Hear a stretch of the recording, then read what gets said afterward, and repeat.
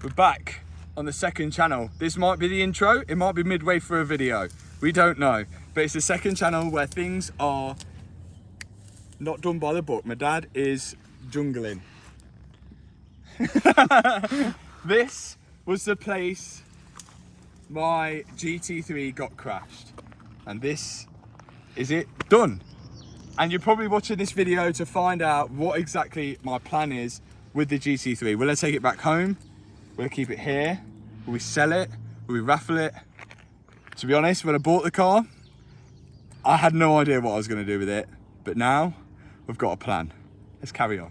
I've now done 2,000 miles in the GT3. I've almost double the mileage of what was originally on this car when I got it. So I'm nearly matching the same mileage that Adam done in this car as well. So we've nearly enjoyed it both the same amount of time to an extent, apart from I had to rebuild it. So like many of you, you've probably seen when this car got crashed on Adam LZ's channel, and I saw that exact video, but never did I ever think I'd be buying the car. And even when it came up on Copart, a lot of you guys were sending me the link saying I should buy it and repair it, but the fact that it was all the way over in Florida, I just didn't think it was even an option. But a month before, I met Freddie. Now, of course, me and Freddie had quite a lot in common, pretty much doing the same thing, but on the other side of the world. And he mentioned to me if I ever wanted to rebuild a car, I could do in his unit over in Florida. And it just so happens that the GT3 was being auctioned off at Copart about 5 hours from Florida. When the car came up, I gave him a message just to make sure he was being serious and his offer still stood. And of course, he said yes.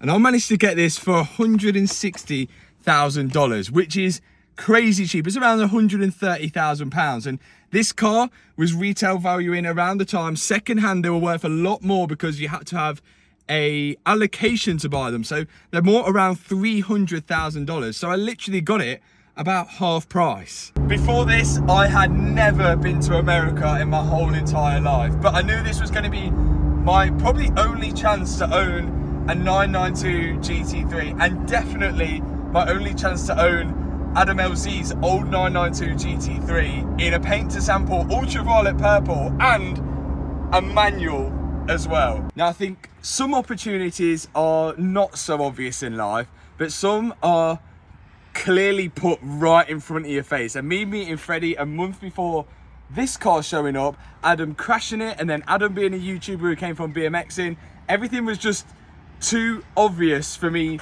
not to buy the car. So I did everything to make it happen, and here we are. At the time of buying it, I honestly had no idea what my long-term plan would be to do with the car. I didn't even look at shipping it back or how much that would have cost or what I'd do if I kept it here. I honestly had no idea, but I knew I won it at a really good price. So worst case, I probably could make money on it or just keep it for myself. But before I had to make any of those decisions, I had to rebuild the thing.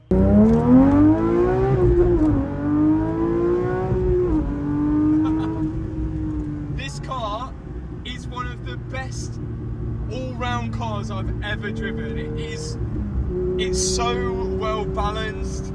It sounds amazing. It's got just enough power. Of course, it's manual as well. This has been such a good car, and especially after doing all those miles in it now, I've kind of got this, well, attachment to it. I've sat in this seat for 2,197 miles, and it's been great. It's been a really good 2,000 miles.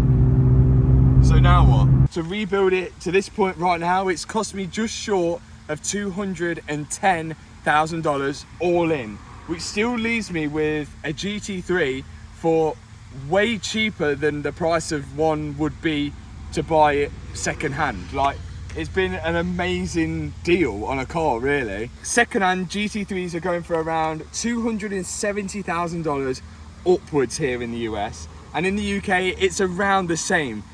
But if I wanted to take this car home, I would have to pay import duty on the car, which is 20%, but of the retail value of the car, not of the price I think the car's worth. I'd also have to pay 20% VAT, shipping, and 10% tax, I think it was as well. Basically, what I'm trying to say, it would cost so much to get this car back into the UK. And also having this car in the UK, it is a US spec car. It's left-hand drive, everything's US, the wrong way round. It'd be worth less and be harder to sell once it's over in the UK. So it kind of leaves me with two options. Option number one is to keep it out here in Florida, keep it in the US. So when I do future builds out here or when I come out here again, I've got a car to drive and it's a GT3. But the downside to that, it's a lot of money tied up in a car that I'm only really going to get to drive every so often. Option two will be to sell it out here in the US, where it's worth the most. It's clean title, paint to sample, manual, as I've mentioned a million times before, and it's worth the most out of here. But that would be quite anticlimactic and quite a sad ending to the GT3, I think. But then came option three, really, I guess. First time? Will it start? Press clutch. That would help, right? There we go. So I found it drives so much better when that is in sport, like when it's one turn. Boom.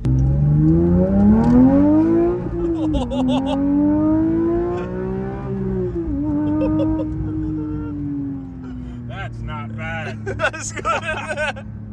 Holy hell. It keeps revving. It feels unnatural, doesn't it? All right, that's a number that will land us in prison.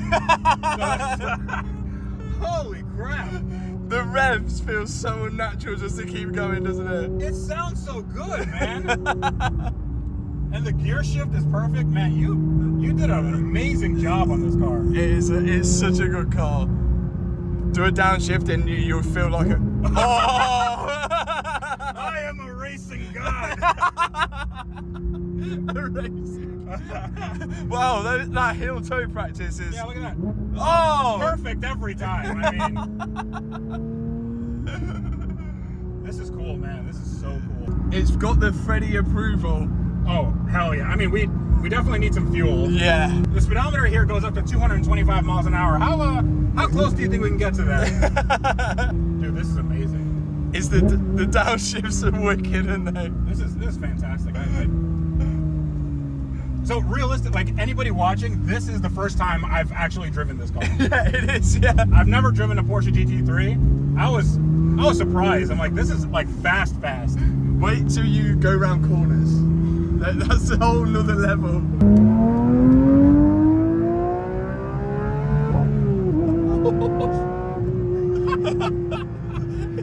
I can see why you won that race. Yeah. It just keeps on revving. That is the thing with this car. 9,000 RPM, and it goes all the way. You can use all of the RPM. It's so good. And it doesn't feel like it's gonna kill you or anything. It just feels really planted. Yeah, and the power is kind of really consistent all the way up. Yeah. Dude, I want to thank you for coming by and doing this project at my shop and. Oh no, it's been a pleasure. I would never have been able to do it without you. So.